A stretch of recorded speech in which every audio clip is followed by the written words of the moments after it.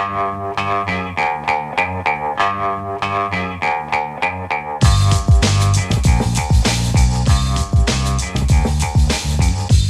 the Brian Lear Show. I'm producer Amina Serna, filling in for Brian today. Good morning again, everyone.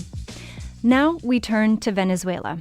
Since early September, the U.S. military has been attacking boats in the Caribbean Sea and Eastern Pacific Ocean that the Trump administration says are smuggling drugs. Legal experts have said the strikes are illegal extrajudicial killings. They say the military is not allowed to target civilians, even suspected criminals. As of last weekend, 21 U.S. strikes have killed at least 83 people, those numbers from the New York Times. And in a continuing escalation, the Trump administration has sent the world's largest aircraft carrier to the coast of Venezuela. 12,000 U.S. sailors and Marines are currently in the region in what the U.S. Secretary of Defense Pete Hegseth formally named Operation Southern Spear. The administration says its military actions are an effort to counter the flow of illegal drugs. Venezuela sees the ramping up of U.S. military force in its waters as a pretext to force out its president, Nicolas Maduro. Joining us now on the latest is Regina Garcia Cano, Andy's correspondent at the Associated Press. Welcome to WNYC, Regina. Hi, Amina. Thank you for having me. Thanks for being here. And listeners, those of you with ties to Venezuela or neighboring countries in Latin or South America, we want to hear from you. Help us report this story. What are you hearing from friends, family, or Spanish media on the U.S. strikes on suspected drug boats in Venezuela? Or what questions do you have for our guest, Regina Garcia Cano, Andy's correspondent at the Associated Press? 212-433-WNYC. That's 212-433-9692. You can also text that number. Regina, President Trump has said each sunken boat has saved 25,000 American lives, meaning the administration prevented overdose by fentanyl by striking these suspected drug smuggling boats. Can you fact check the president for us on that? And what do we know about what was on those boats?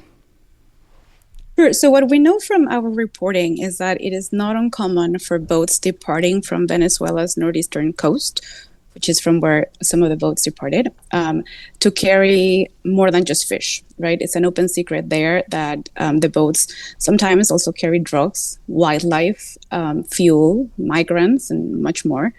And so when we travel there to try to figure out, who were the men on those boats, residents and relatives of some of the men told us, right, that they had indeed been running drugs, but were not narco-terrorists or leaders of a cartel or gang, as some have alleged. The U.S. has historically, as you were mentioning, the U.S. has historically dealt with drug smugglers from this peninsula in Venezuela, but in a very different way. Can you explain what that was like before? Sure. So the Coast Guard for decades, has interdicted small vessels that they suspect are carrying drugs. And that was not just limited to boats with ties to Venezuela. And much of that work has been focused on stopping shipments of cocaine, which is mostly produced in Colombia, which happens to be Venezuela's neighbor. And so that was a traditional approach because that allowed authorities, right, to interview boat crews and, learn valuable information that they could then use to better target cartels or trafficking networks. And you're specifically mentioning cocaine, which has certainly upended many Americans' lives over the decades. But Trump has specifically talked about fentanyl being on these boats. Is that true? So in my reporting, fentanyl was not something that, relatives or villagers, anyone in the area that I visited mentioned as something that is moved on those boats, but they did mention cocaine. Human rights groups, including Amnesty International, have condemned the strikes as illegal extrajudicial killings of civilians. You, as you mentioned, pieced together the details of some of the men who were killed by U.S. boat strikes. This is Trump has referred to these men on those boats as narco-terrorists, but you found the truth was more nuanced. So do you want to talk to us about what you found? Sure. So we visited, again, the northeastern coast of Venezuela, which is close to Trinidad. And we were looking for their names, their occupations, what drove them to be on the boats. And what we learned of those who we were able to identify by name is that one was a fisherman, another one was a down-on-his-luck bus driver, a third was a former military cadet, and another one was a well-known local crime boss who contracted out his services. What we also know is that they were from these villages that are economically depressed, that lack job opportunities, and where people struggle to buy food and can't really afford much more than the very basics. You write about how both the Venezuelan government and drug cartels are actively suppressing information about the boat strikes, making it hard for the friends and family members that you spoke to of some of these men to find out what actually happened to them. Can you explain that a little bit further? Yeah, the families and in general, people who live in that part of the country are deeply afraid to talk and very, very fearful of any sort of government repression or retaliation from local criminal groups. Repression is not new in Venezuela, but it certainly intensified since last year's presidential election. And the relatives of some of the men killed in the strikes were especially fearful of speaking because police and state intelligence agents searched their homes shortly after their loved ones passed away. Does that imply that there's maybe some sort of organization between the two happening, or would you not go so far as to say that?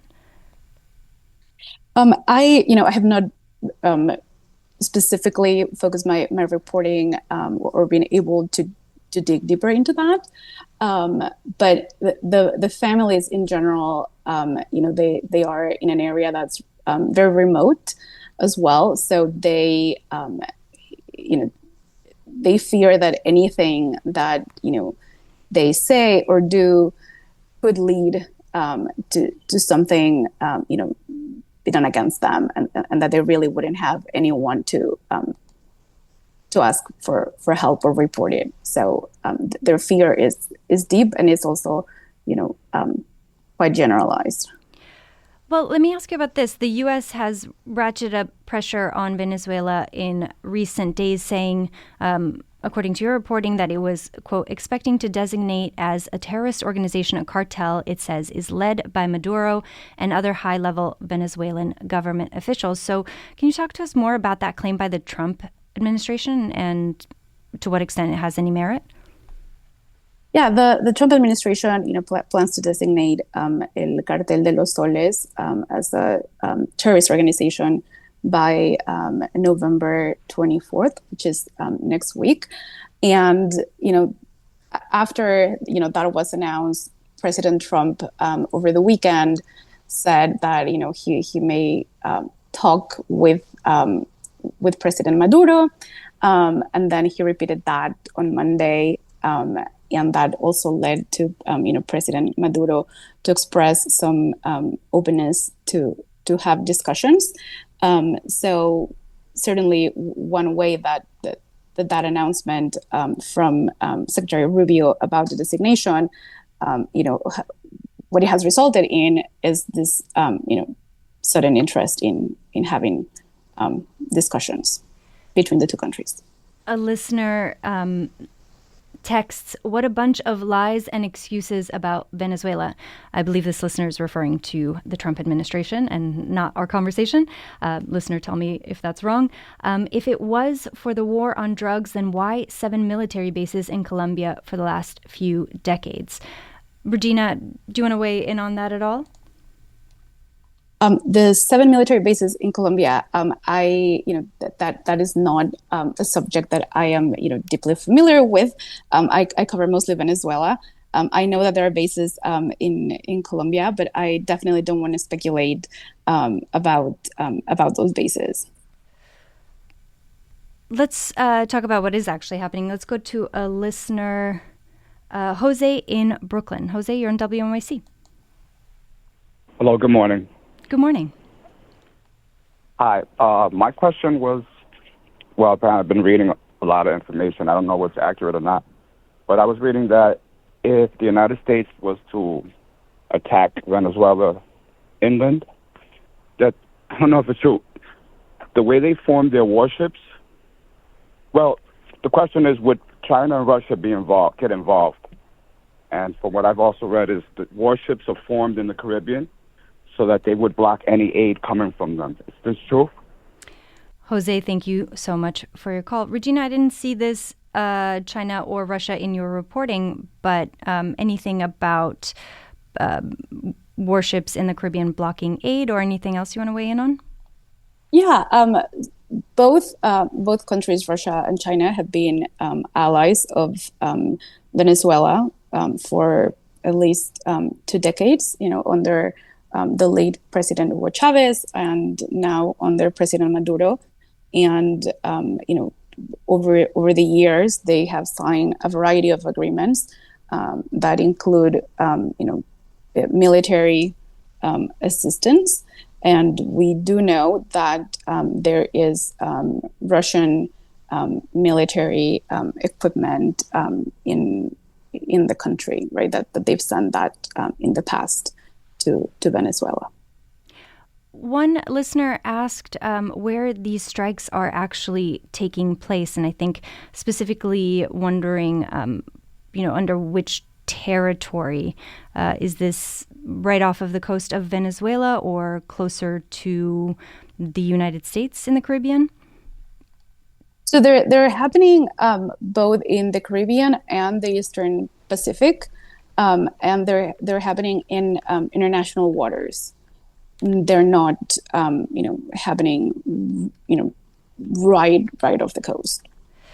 The military is striking boats at the same time the administration is implying increasing pressure on President Maduro, as we've been talking about. You report how the Justice Department in the U.S. has doubled a reward for Maduro's arrest to $50 million, and the U.S. military has built up an unusually large force in the Caribbean Sea, as we've been talking about. Let's take that first part, though. Why is the Justice Department seeking Maduro's arrest? So President Maduro has been indicted on drug trafficking and narco-terrorist charges in the U.S. This indictment was was announced a few years ago.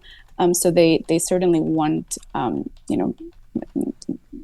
to detain him, and they believe that a larger amount or a larger reward could perhaps aid in his arrest.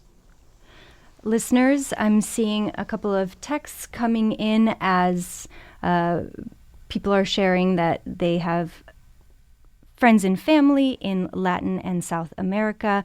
And we can take a few more of your calls here at 212-433-WNYC. What are you hearing from friends and family?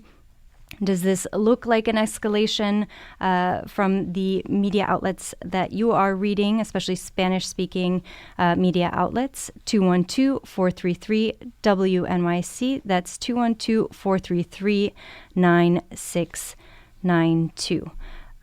Regina, as I mentioned in the intro, Defense Secretary Hegseth has formally named this intervention Operation Southern Spear. To your knowledge, what does that move made by him last Thursday signify, if anything else? I mean, we know Congress has the power to declare war. So where is the U.S. as far as you know?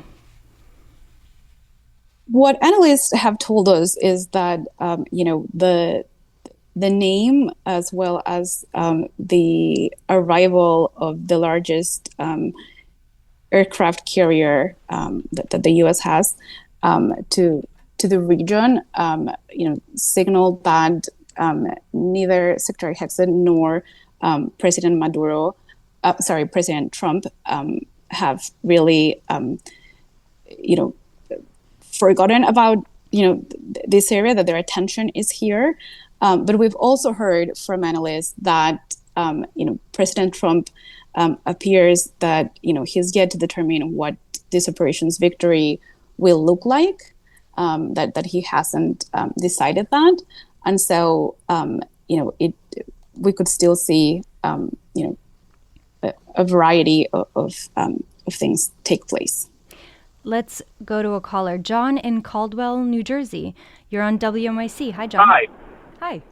Hi, thanks. I wrote an opinion piece about Venezuela in Newsweek not long ago, in which I said, look, Trump is focused on the cocaine, but we all know the underlying issue is Maduro, having stolen 2 elections, acting as a dictator, basically overthrown the democracy there. So my question is, why do we never focus on what other Latin American leaders are doing? We're always just focused on Trump or what the U.S. is doing, but why haven't the leaders of Brazil, Colombia, Mexico, Argentina, and so on, why haven't they acted to get rid of Maduro after he stole 2 elections, jailed all his opponents, destroyed the economy, locked up all the journalists, and so on? John, thank you so much for your call. Regina, 2 points that John is bringing up there. One on what he referred to as Maduro's stolen election. You had said earlier in this segment that there's been a lot of upheaval since Maduro's last election. Can you just explain for listeners who aren't familiar what the elections look like in Venezuela last year? Of course. So Venezuela had a presidential election in July of last year, and there was a lot of attention around it because there had been several there have been negotiations over time leading up to the election to make sure that it would take place under free and democratic conditions. And as the election, got closer and closer, those agreements were definitely tested by Maduro's government. And then, shortly after polls closed on July 28th, the National Electoral Council, which is stacked with ruling party loyalists, declared President Maduro the winner. But they did not show any of the detailed tallies that they have offered in previous years. And so shortly after, the opposition published online more than 70% of those detailed tallies that are printed by every electronic voting machine used in the election. And those tallies showed that the opposition candidate, Edmundo Gonzalez, had defeated Maduro by a 2-1 margin. Sorry, go ahead. Yep. And then, after that was announced, there were protests in Venezuela, and the government detained, more than 2,000 people in the days after the election. And to John's second point there, I think he was asking broadly, to what extent are other South American countries intervening or interested in intervening? Is there any incentive or any movement? Well, a number of presidents urged Maduro after the election to publish those detailed tallies, which the Electoral Council didn't do. And there was also an effort by Brazil's President Lula, as well as Colombia's President Gustavo Petro, and at the time Mexico's President Andrés Manuel López Obrador, to try to get again Maduro to publish those records. There was an effort of a brief negotiation effort. But that failed. Let's take another call. Tim in Brooklyn, you're on WNYC. Hi, Tim. Hi, good morning.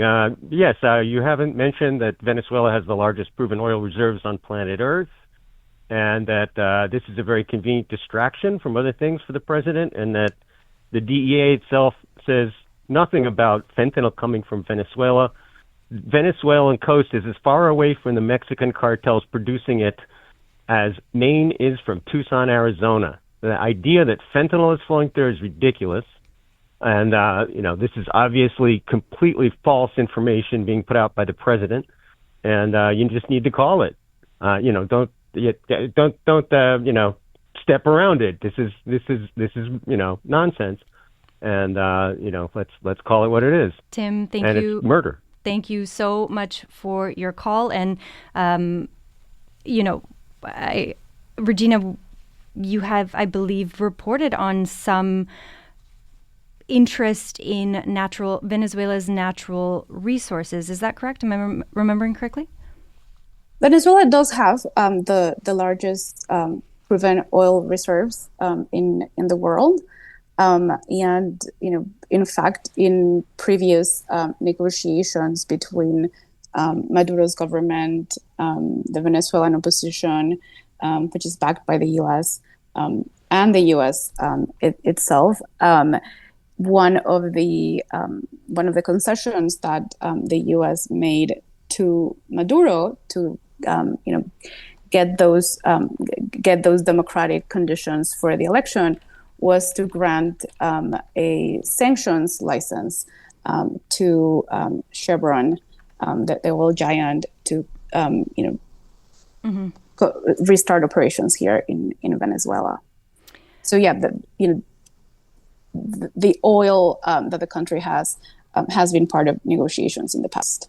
Let me get in one more caller real quick. Dominic in the Bronx, you're on WNYC. Hi, Dominic. Hi. I just wanted to offer some kind of following up and connecting with the previous caller, but the idea of the United States once again actively overthrowing a government in South America is, as my kids put it, a film I've seen before, and it never goes well. Machado is a very problematic figure, but she's acceptable because she's rabidly right-wing. And I can't trust any U.S. administration, but especially the current one. And for anybody to entertain the idea that we're going to go in and fix Venezuela, it reeks of capitalistic opportunities, and the people who will suffer are the people who are against Maduro for good reason. Maduro's he's not a nice guy. None of them are. But I think having our fascists overthrow some other authoritarian is just really bad press. So I just hope, against all hope, that cooler heads will prevail and that Hegseth goes back to Fox, where he basically belongs. Dominic, thanks for your call. Regina, I thought Dominic was going to get into a little bit of the fight on the ground. We know Maria Corina Machado won the Nobel Peace Prize this year for her efforts to advance democracy in Venezuela. Do you want to comment on how maybe the interventionism, if we can call it that, on the part of the United States is being seen on the ground? My understanding is you are in Caracas right now, right? Yeah, I'm here in Caracas. So people in Caracas are going about their days, right? They're going to work. They are going to school. The main worry that Venezuelans have is their economy and how they will be able to buy, groceries, this week or next week. That's really their main concern. There is some, tensions among people, and if you ask, some of them will share a bit of worry, but in general, they're going about their day, and they tell you that this is not the first time that Venezuela has been under pressure, that this is not the first time that, they've heard that the country may be on the brink of a change, and that they're used to it, and that over time, they've learned to simply focus on what affects them directly and what they need to do, on that day. We'll leave it there for today. Regina Garcia Cano is the Andes correspondent at the Associated Press. Regina, thank you so much for coming on today. Thank you for having me.